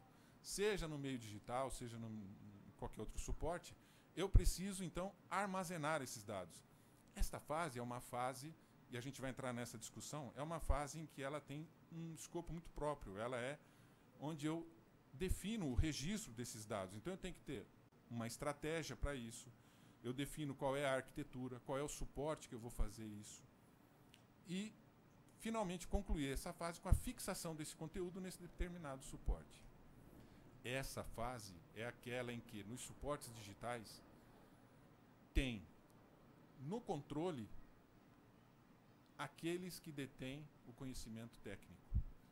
É aquele que desenhou aquela estrutura que a gente estava vendo agora há pouco. Aquela estrutura. É ele que sabe como é que isso... Definir a arquitetura é pensar em como armazenar em subestruturas aquele documento que eu vou resgatar a partir destes dados distribuídos. Portanto, é uma fase que está sob tutela total de quem detém conhecimento tecnológico. Nós não conseguimos entrar nessa área se não tivermos alguém de dentro passando essas informações. Estava discutindo isso ainda antes da gente começar com a professora Renata, que infelizmente uma das questões chave que ainda existem é, uma vez coletados os dados e armazenados na empresa, como é que a lei vai nos proteger? Ah, uma auditoria, é isso que a gente vai discutir daqui a pouco. Pode entrar a Polícia Federal dentro da empresa, pode resgatar todos os servidores da empresa, que se o trabalho foi bem feito, nada será resgatado, nada será encontrado. Por quê? Porque eu posso simplesmente transferir esses dados de forma encriptada, via pacotes lá de um aplicativo que nem vai aparecer em lugar nenhum, para um servidor que esteja localizado em algum local que a legislação seja mais flexível. Por exemplo, na Irlanda. Então, o que eu posso fazer? Uma vez coletados os dados, imediatamente eu posso transferir esses dados para um outro servidor e apago. Não fica nenhum registro dentro da minha empresa. Percebem o que eu estou querendo destacar? Por mais que nós tenhamos o esforço, e é necessário, essa lei é fundamental justamente para suscitar essa questão, e é a sociedade que vai ter que se atentar a esse fato. Por mais que a gente se esforce, se a empresa quiser, não tem como você pega, não dá. Eu trabalhei como consultor nessa área de 80 e alguns anos atrás, até o comecinho dos anos 2000. E a gente já fazia coisas ali que... E é horrível isso, porque você não inclusive não pode... Eu saí da área de negócios justamente porque eu não concordava com esse cenário. E você não pode nem denunciar nada, porque você tem contratos terríveis de confidencialidade. Mas os dados que são transferidos são muito volumosos. Então, por exemplo, uma rede de supermercados pode colocar, não estou dizendo que faz, mas poderia colocar câmeras que você nem imagina e ela está te analisando. Você não foi consultado sobre aquilo. E ela está analisando, isso já era feito lá no começo dos anos 2000. E ela está te analisando o seu comportamento. Como é que você reage na frente da gôndola? Se você demorou mais tempo, você pegou algum item, leu e devolveu, quanto tempo você ficou, a sua expressão, se você está feliz ou não, se você reagiu bem àquele... Por quê? Porque o espaço da gôndola é disputado pelas empresas. O melhor espaço da gôndola é vital para a sobrevivência de uma empresa dentro do supermercado. Então, isso acontece, ou poderia estar acontecendo, não estou dizendo que isso acontece, mas poderia estar acontecendo e você não é avisado. Por quê? Porque a empresa simplesmente manda isso para um outro servidor que está em outro local, a gente chama isso de espelhamento online, real time, não fica nada local. Ah, mas como é que a gente faz para pegar isso, então? Essa é a nossa discussão, por isso que a gente está conversando aqui hoje. Porque num terceiro momento, eu coletei. Então, perfil, são pessoas distintas que fazem isso. Aqui agora, alguém armazenou. Se eu armazenei, é porque eu quero que isso seja recuperado, que isso seja acessado num segundo momento, num momento futuro. A gente começa, então, a fase de recuperação. O que seria essa fase de recuperação? É a fase em que eu estou disponibilizando aqueles dados. Disponibilizar ainda é um termo fraco diante das preocupações que nós temos que ter quando tornamos esses dados acessíveis. Ele inclui planejamento, implementação de ações para identificar o escopo do acesso, ou seja, como, onde, quem poderá acessar, escolha de estratégias e uso de recursos para consulta, como é que eu faço esse dado ser mais encontrável, aumentar a encontrabilidade desse, aumentar a usabilidade, são várias questões, até a disponibilização efetiva do conteúdo. Ou seja, aquela nota fiscal eu posso disponibilizar agora de diversas formas. Se é para o gestor, eu não vou disponibilizar nota a nota. O que eu vou fazer? Eu vou mostrar a performance de determinados perfis de clientes em determinadas regiões. Então, eu reconstruo a partir daqueles elementos que estão pulverizados ali e reconstruo visualizações. Construo novas informações, novos documentos. Então, essa fase de recuperação é aquela que a gente volta a ter contato com o ciclo.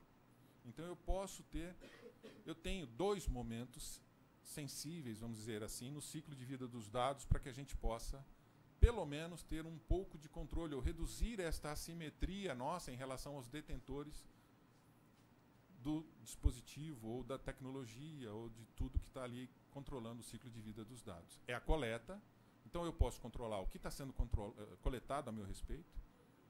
Teria que ter, inclusive, técnicas e mecanismos mais claros, que isso não está previsto na lei, para explicitar o momento da coleta, não só o que está sendo coletado explicitamente, mas implicitamente, que a gente vai ver daqui a pouco no case. Coisas que são coletadas a nosso respeito que a gente não faz nem ideia. E a fase de recuperação, ou seja, a percepção de um resultado. Então, a partir de um resultado, eu posso criar percepções ou indícios de que aquele dado foi mantido e tratado de determinada forma. Por quê? Porque no armazenamento é intramuros. O armazenamento, se eu pegar algo, é porque alguém de dentro denunciou. Vamos exemplificar isso. A NSA mapeava o mundo inteiro, sempre fez isso, a gente sabia disso, quem era da área conhecia os processos, estudava os modelos que eles faziam, ninguém falava nada, ninguém aceitava, isso tudo era teoria de conspiração. Até que alguém de dentro denunciou. Se não houver uma denúncia interna, alguém de dentro falando, olha, está sendo feito isso, não vai pegar nunca. Porque o armazenamento é gerenciado com tecnologia e a tecnologia fica a cargo de quem os detém. Ainda existe uma outra fase, que é aquela fase em que eu vou descartar esses dados, que é também muito importante. Então existe um momento em que eu vou descartar esses dados. Esta fase já foi mais importante. Não comigo, me contaram que na década de 90 a gente fazia programas e não imaginava, não sei que ingenuidade era essa, mas a gente não imaginava que ia ter ano 2000, né? Então a gente armazenava, cada bit que você economizava, você saía no final da tarde para fazer uma festa, porque você economizou um bit. Então você não armazenava, por exemplo, os 2 primeiros dígitos do ano, você armazenava só os 2 últimos, porque não passava na cabeça dos sujeitos lá da época, não comigo, que ia chegar o ano 2000, que ia mudar o 19 não era fixo mais. Alguns de vocês devem saber o bug do milênio, né? O que foi. Muita gente ficou rica com o bug do milênio, teve que traduzir, converter programas. Não vou mentir para vocês, muito do terrorismo que foi construído não era verdade, não era tudo aquilo, né? Que foi construído que avião ia cair, que o micro-ondas ia pegar fogo, que muito daquilo não era verdade, era para poder vender sistema, mas mesmo assim os grandes sistemas de gestão tiveram que ser alterados, tiveram que ser modificados, justamente porque a questão do espaço era muito importante. Mas hoje a gente tem uma outra característica. Hoje você, no seu bolso, guarda muito mais informação do que nós guardávamos naquela época no mainframe. E é um custo muito mais baixo, é um acesso muito mais rápido. Então essa questão do descarte, ele perdeu muito da sua característica. Qual é a tendência? E isso é uma outra coisa que me preocupa também na lei. A lei fala, inclusive, por quanto tempo o meu dado ficará armazenado. A empresa pode dizer assim, por 6 meses. Anonimiza o dado, mas o dado permanece. Mas o dado anonimizado, a gente vai ver daqui a pouco que ele pode ser resgatado. Eu posso vincular de novo aquele dado ao seu detentor, ao seu titular. Então são questões muito complexas e hoje você consegue armazenar tudo, a ponto de surgir a que a gente chama de buzzword, né? Que são palavras que o mercado usa para direcionar o desenvolvimento de tecnologias. Então, por exemplo, na década de 90, a gente falava muito de data warehouse, data mart, business intelligence. Hoje, a palavra da moda é big data. Então, as pessoas falam tecnologia big data, fenômeno big data, mas, na verdade, é uma situação, é um momento em que a possibilidade de disponibilização de dados é tão grande que ela está acima da nossa capacidade de tratá-los. Então, as empresas estão com uma tendência, e é natural isso, como a professora Renata também já destacou, de uso legítimo daqueles dados, que é não apagar nada, porque isso lá no futuro vai me ser útil. Eu posso transformar isso em informação muito valiosa sobre mercado, cliente, uma série de outras questões. Então, esta fase do descarte perdeu muito da sua importância. Hoje ela é considerada em segundo plano, mas para nós que somos os titulares dos dados, deveria ser muito importante. E assim, então, quando a gente olha isso num cenário mais completo, a gente vai ver que é um ciclo. Então, eu tenho um momento de coleta, eu posso ou não, então, optar pelo armazenamento, eu vou para uma segunda fase, onde eu vou armazenar isso. Esse dado armazenado, eu vou disponibilizá-lo. Eu passo para uma terceira fase em que esses dados passam a estar disponíveis. Uma vez disponíveis, eles podem ser alvo de coleta de outros ciclos, e assim os ciclos se sucedem, compondo, construindo o que a gente chama de campo informacional. Ele constrói, então, e identifica, por meio dos seus detentores, quem são os bancos de dados, as bases de dados, e eles vão trocando informações. E muitos de nós alimentando tudo isso. Permeando todas essas fases, nós temos alguns fatores. Então, são fatores que não são fases, porque eles permeiam todas as fases. Todos os momentos em que eu estou trabalhando na questão do acesso agora com foco nos dados, eu vou ter a questão da privacidade, eu vou ter a questão da integração. Por quê? Porque agora esses dados têm essa questão do informação aqui, os dados todos pulverizados, os atributos todos pulverizados, com a possibilidade de junção. Então essa questão da integração é fundamental hoje no ciclo de vida dos dados. A qualidade desses dados, os direitos autorais desses dados, a disseminação, como é que esses dados vão ser disseminados, como é que está sendo pensado isso, e a questão, inclusive, da preservação. Então são fatores que eles são transversais. Eles permeiam todas as fases do ciclo de vida dos dados. Mas e agora, pensando nesse ciclo de vida dos dados, a nossa questão que vem para a nossa fala aqui. Quando a gente pensa no ciclo de vida dos dados, a gente pensa então em alguns atores. Quem são esses atores? O primeiro ator é o detentor. O detentor é aquele que controla, que na lei é chamado de controle, né, de controlador. Ele controla, ele toma as decisões. É dele, geralmente, a posse sobre os recursos físicos para a manutenção daqueles dados, principalmente de armazenamento. E aqui a gente consegue perceber, inclusive, até onde eles conseguem ir. Ao lado dele tem um intermediário, que é quem operacionaliza, é o executor, é aquele que vai fazer o trabalho, principalmente técnico. Relacionado a isso, a gente tem, de um outro lado, o usuário, que não é considerado na lei. Quem é o usuário nesse processo todo? Ah, mas por que o usuário? Porque nem sempre o usuário é o referenciado. Na lei, eles chamam de titular, mas nem sempre o titular é o usuário. Se eu tirar uma foto aqui de vocês e identificar... Aliás, eu nem preciso, né, identificar vocês, porque o próprio algoritmo vai poder identificar a face de vocês e a gente vai conseguir a identidade de cada um de vocês sem consentimento de vocês. É interessante isso, né? Porque, então você pode estar andando na rua e você está sendo... Seus dados estão sendo coletados. E o usuário, então, posta isso numa rede social. Quem é o titular? Ele tirou uma foto do professor Ricardo. E aí? A pessoa tira uma foto do professor Ricardo com a camisa do Palmeiras. Pronto. Acabou com a imagem do professor Ricardo. Né? Nunca mais eu saio na rua. Eu, sendo referenciado, nem sempre sou o usuário. Um processo de coleta pode obter dados de N referenciados sem que eles tenham ciência disso. Então, essa questão da ciência de que se está sendo referenciado em um processo de levantamento de dados é muito relevante e não foi considerado também no âmbito dessa lei.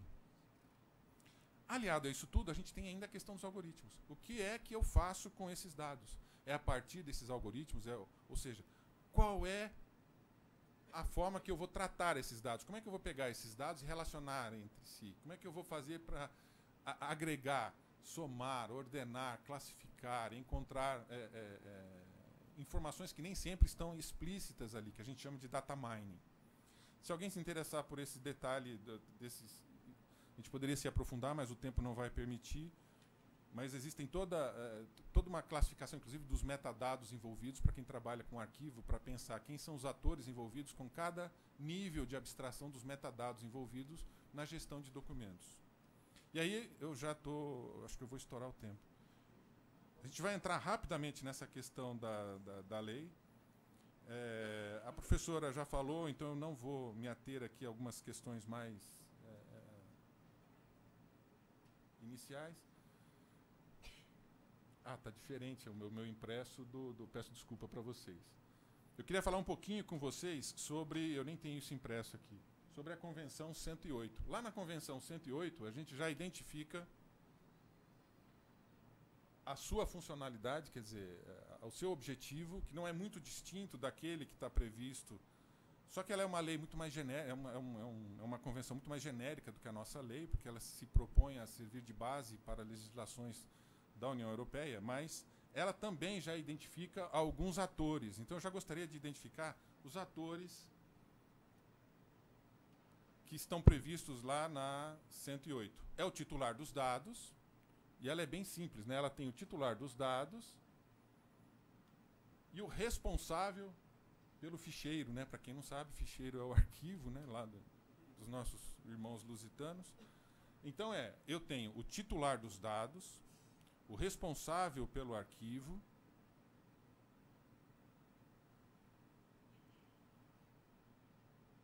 eu voltei.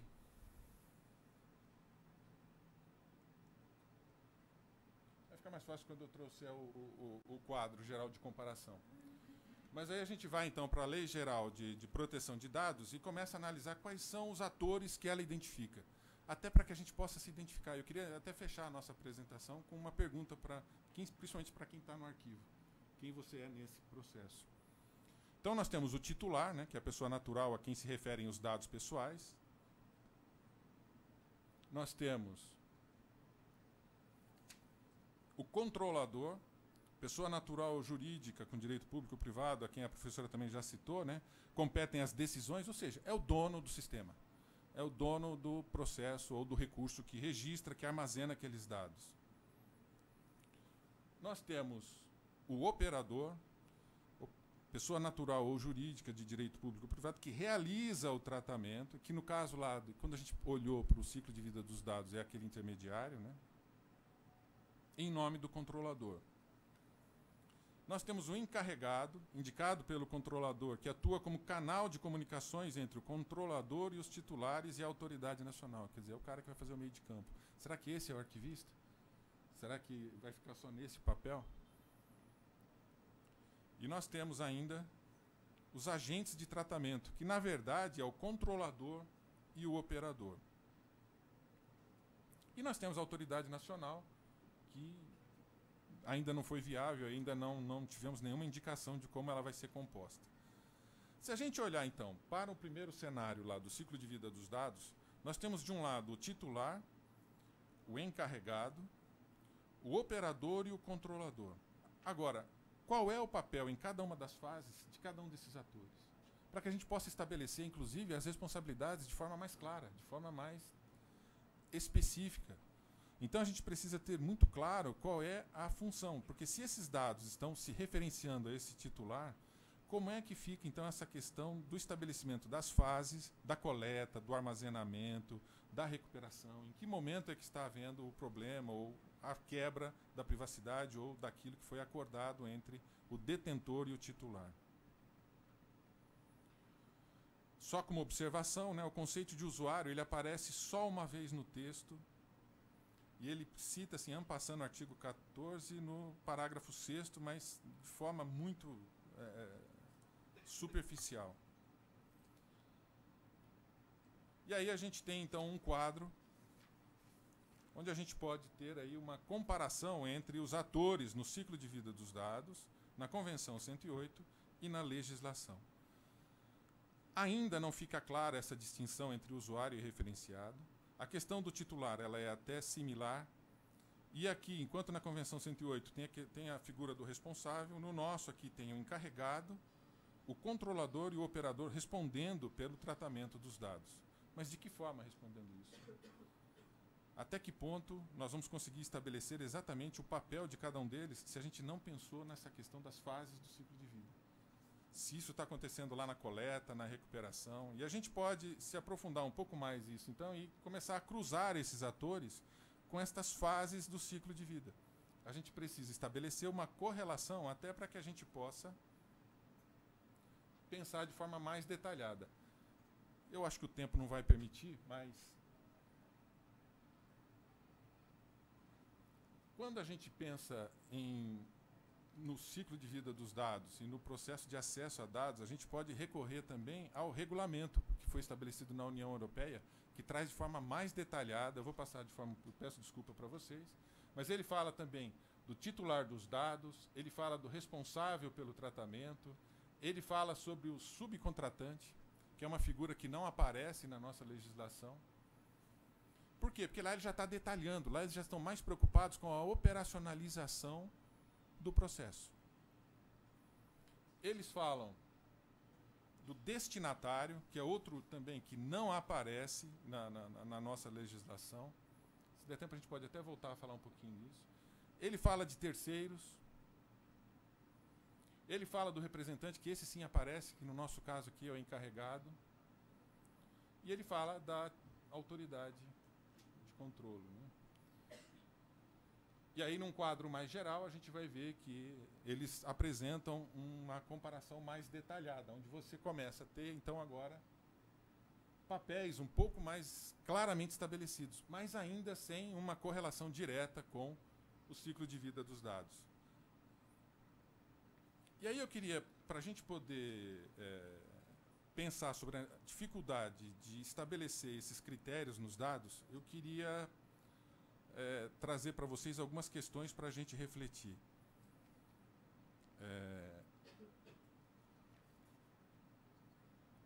Na lei geral aqui de proteção aos dados, ele fala em dado pessoal sensível e dado pessoal. Será que é fácil definir a fronteira de onde vai o dado pessoal e onde vai o dado pessoal sensível? Não é fácil, não é claro isso. Se a gente for partir de algo pré-estabelecido, a gente vai correr o risco de criar uma estrutura facilmente contornada por quem é da tecnologia. Se a gente fechar demais, a gente não deixa nada, tudo vai passar a ser sensível. Mas quando a gente pensa, dado pessoal, eles definem como informação relacionada a uma pessoa natural, identificável, né, identificada ou identificável. E já quando eles falam em sensível, eles já trazem, inclusive, resultado que eu tiro daquele dado. Então convicção religiosa da pessoa, opinião política, filiação a sindicato, organização e por aí afora. Então, quando eu digo até convicção religiosa, étnica, né, eu queria trazer para vocês uma questão que na tecnologia a gente tem muito presente, que é o efeito mosaico. Não sei se vocês estão cientes desse efeito, mas é o seguinte: uma pecinha pequena que não tem sentido ou não tem valor em si, quando agrupada a outras, eu posso compor novamente uma imagem que talvez seja mais detalhada até do que a gente tem de si mesmo. Então é muito interessante isso. Eu já presenciei alguns levantamentos que empresas fazem para contratar pessoas em que o próprio sujeito não sabia algumas informações que estavam no dossiê sobre ele. Principalmente quando é nível de diretoria ou alguma coisa que você não pode prescindir, que você tem projetos de 2, 3 anos, por exemplo, implantação de uma nova planta de uma fábrica, você vai contratar um diretor industrial, você não pode perder esse cara nos próximos 2, 3 anos. Então, levantamentos assim que nem mesmo ele sabia sobre a sua vida particular. E sem entrar em nenhum dado sensível, sem entrar em nenhuma informação. Como isso é possível? Será que isso é possível? Bom, na legislação se fala em dado anonimizado. Dado anonimizado é aquele em que você não consegue mais trazer a figura do titular ali. Então, por exemplo, se eu tenho uma informação de uma consulta médica que eu fui, eu simplesmente tiro o número do meu documento. Pronto, anonimizei o meu dado? Será que foi suficiente? Se eu tiver a data e a hora que essa consulta aconteceu, eu consigo vincular, por exemplo, com a minha pessoa. Será que isso é viável? Isso não é teoria da conspiração? Não, já teve um congressista americano que foi identificado com uma doença grave, ele perdeu a eleição, porque conseguiram vincular, por efeito mosaico, os dados do resultado da anamnese dele a partir da vinculação dos dados, de quando ele foi, que hora ele foi e assim por diante. Para tornar isso ainda mais claro, eu trouxe um case. Estou estourando muito tempo ou não? Eu trouxe um case para a gente refletir juntos. Desculpem. Lá na legislação europeia, eles chamam de eu não gosto dessa palavra. Então. Essa daí, né? Que é, na verdade, a mesma coisa, só mudou um pouquinho, né, lusofonamente falando. Mas esse case aqui, eu queria trazer para vocês porque ele é muito interessante e recente, e ele não teve muita visibilidade na mídia. Imaginem o seguinte: o que vocês diriam se soubessem que a presença de vocês em uma festa particular, uma festa familiar, foi mensurada ou foi analisada por uma empresa que vocês nunca tiveram contato? Pois foi isso que aconteceu nos Estados Unidos. Eles descobriram que, e aí tem aqui a fonte, se vocês quiserem pegar mais detalhes lá, vocês podem entrar. Foi publicado agora, no meio do ano, na Science. O que eles fizeram? Eles descobriram que, naquela reunião deles, Dia de Ação de Graças, né, que é muito comum da cultura deles, todo ano eles fazem, reúnem a família. Eles descobriram que famílias que tinham dissidência política, ou seja, parte dela era democrata, parte dela era republicana, o tempo de convivência na reunião diminuiu. Olha que interessante. Reduziu o tempo de reunião nas reuniões de famílias que tinham dissidência política. Como é que se chega a uma conclusão dessa? E se eu disser para vocês que essa informação foi obtida a partir de dados não sensíveis?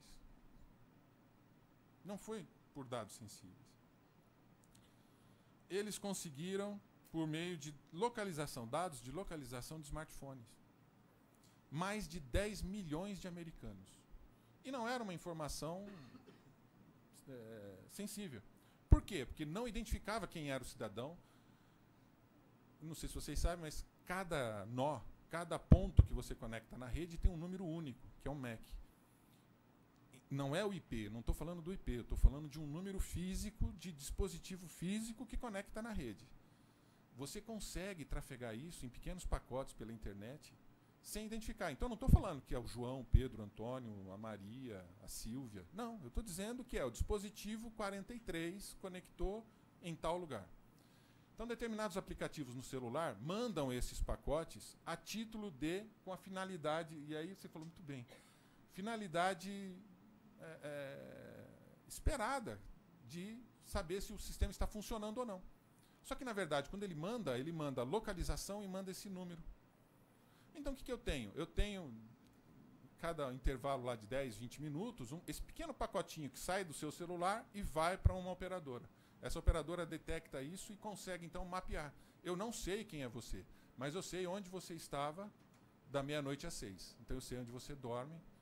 Junto com quem? Então eu começo a compor, os algoritmos começam a identificar quais são as famílias. Mas aí eu posso identificar, então, onde você trabalha. Porque se eu pego o celular da doutora Renata e descubro que ela vai sempre no mesmo prédio, e ela tem aquela habituidade de frequentar o prédio onde ela trabalha, eu vou descobrir qual é a função dela, onde ela mora, com quem. Não é ainda a doutora Renata, mas eu identifiquei o quê? Onde ela mora, onde ela trabalha, com quem ela convive, quais são os hábitos dela. A partir disso, eles cruzaram com outros dados. Então, eles começaram a cruzar esses dados com outros dados. E aí, sim, eles conseguiram reconstruir, por aquele efeito mosaico, que um autor já alertava. Olha só que interessante, né? Às vezes o pessoal fala as coisas e a gente é taxado de síndrome de conspiração. Tinha um autor que ele já previa isso na década de 60, Westing, e ele chamava isso de data shadow, sombra dos dados. A gente, onde passa, vai deixando uma sombra, um rastro de dados. E ele já previa os problemas para a privacidade que isso ia causar. Resultado, década de 60 ele não foi tão ouvido. Hoje está sendo relançado o livro dele. Em 2018 foi relançado o livro dele, porque passou a ser mais que atual. Então, o que eles fizeram? Eles conseguiram cruzar Westing. Depois eu acho que tem aqui na W. Então, o que eles fizeram? Eles conseguiram identificar os núcleos familiares e a sua tendência democrata ou republicana e compararam isso no ano anterior com aquele ano para ver se o tempo de convivência foi o mesmo. E descobriram que os números eram muito fortes.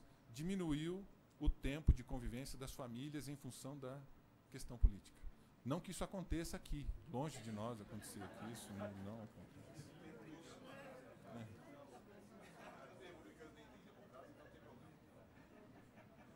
A grande diferença é que aqui não vai ser publicado na Science.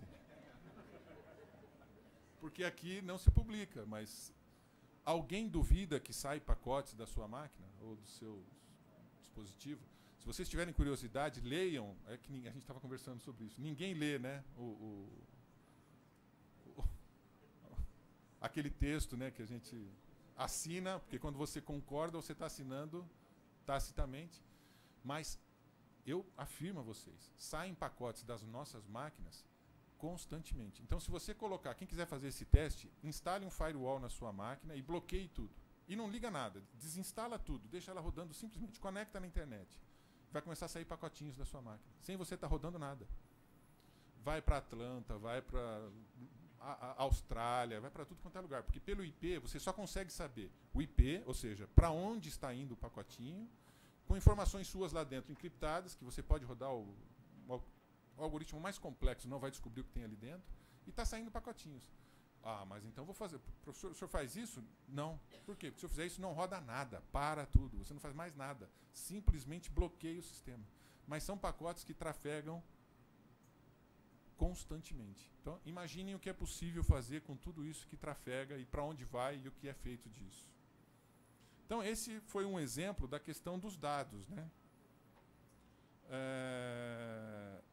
Não discriminação. Outra questão que está na lei que eu queria colocar para refletir é a não discriminação. Impossibilidade de realização de tratamento para fins discriminatórios, ilícitos ou abusivos.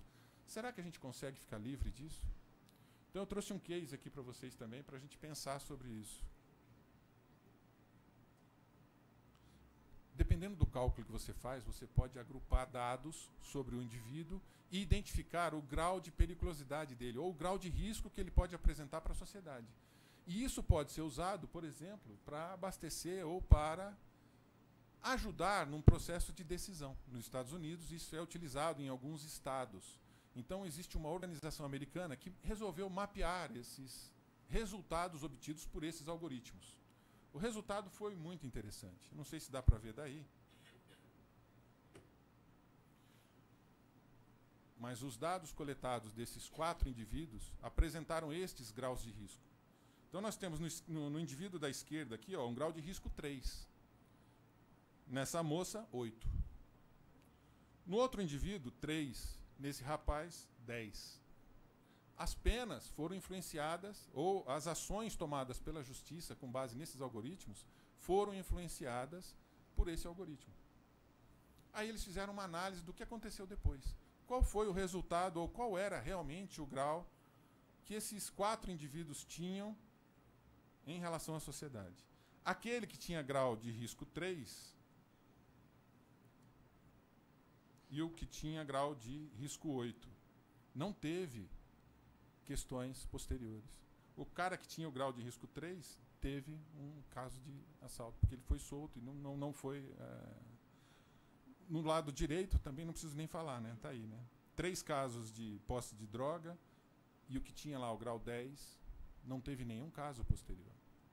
Apesar de ter tido uma pena mais pesada, de ter tido uma ação mais pesada em consequência do algoritmo que tratou os seus dados. Quais eram esses dados? Como esses dados foram utilizados? É isso que eu estava falando, dessa questão da pulverização dos dados. Agora não é mais só o documento. A gente não pode mais pensar só no documento. Existe o documento e existe esses dados que estão distribuídos em centenas, milhares, milhões de estruturas que podem ser reagrupados e tratados e compor novas visões. Agora eu sei o que eu estou. Eu vou passar aqui alguns slides. Se alguém quiser, eu posso disponibilizar para vocês depois. Mas a própria legislação que trata da questão da atuação do profissional de arquivo, do arquivista, ele não dá destaque para essa questão dos bancos de dados e das bases de dados. Ele coloca isso a cargo do técnico de arquivo e fala só no inciso 4º lá do artigo 3º, preparação de documentos de arquivo para processamento eletrônico de dados. Extremamente superficial, até porque é uma legislação antiga, de 78. Então, voltando à questão dos atores no processo, a gente precisa lembrar que existe documentos, os metadados dos documentos, que também são muito importantes e muitas vezes são esquecidos, relegados a um segundo plano, os dados e os algoritmos que vão tratar esses dados. A questão que eu coloco agora é: quem é o arquivista neste cenário? Considerando a coleta, o armazenamento, a recuperação e o descarte, as preocupações envolvidas, as questões, as possibilidades, as aberturas e a sua relação com os documentos, os metadados, os dados e os algoritmos. Então é uma questão bastante ampla, bastante complexa. Eu só queria trazer algumas coisas para refletir. O nosso tempo é muito curto, é um assunto que eu gosto muito, então se deixar eu fico aqui até amanhã de manhã. Agradeço demais a atenção de vocês. E quero dizer que esse não é um problema novo. Já na década de 90, a gente já tinha preocupações com essa questão. Os recursos eram menores, a capacidade de armazenamento era menor, mas nós já tínhamos tratamento de dados sem consentimento, nós já tínhamos coleta indiscriminada de dados. E, principalmente, essa questão do fluxo, do trânsito dos dados. a legislação tanto europeia como brasileira tentam contornar isso e colocar sanções de uma série de coisas. A questão é, como é que nós vamos detectar isso? Como é que nós vamos prever isso se nós não conseguimos prever nem mesmo os pacotinhos de informação que saem das nossas máquinas no dia a dia? Tá certo? Então eu queria deixar muito mais assim interrogações na cabeça de vocês, porque eu acho que é fundamental o papel de vocês na relação deste cenário todo com a sociedade. Eu fico muito feliz de fazer parte desse evento, espero que seja o primeiro de muitos, e vejo um papel muito importante, espero que todos vocês estejam muito cientes do papel que vocês têm a desempenhar nesse cenário. Muito obrigado.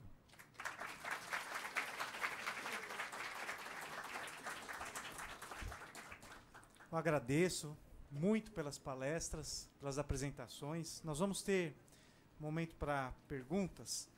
Nossa previsão aqui para encerramento é às 5 horas, mas se vocês concordarem, eu acho que podemos ter pontualmente aí 15 minutos, tá? Vocês têm um cafezinho aqui fora, aqui tem toalete, aqui ao lado, e também pegando aqui o corredor, saindo e seguindo um corredor à direita, tem um outro toalete maior, tá bom? Então tem aqui, em 15 minutos nós retornamos, tá bom? E aí teremos perguntas. Quem quiser fazer por escrito, temos papel e caneta aqui também, mas poderá ser usado o microfone.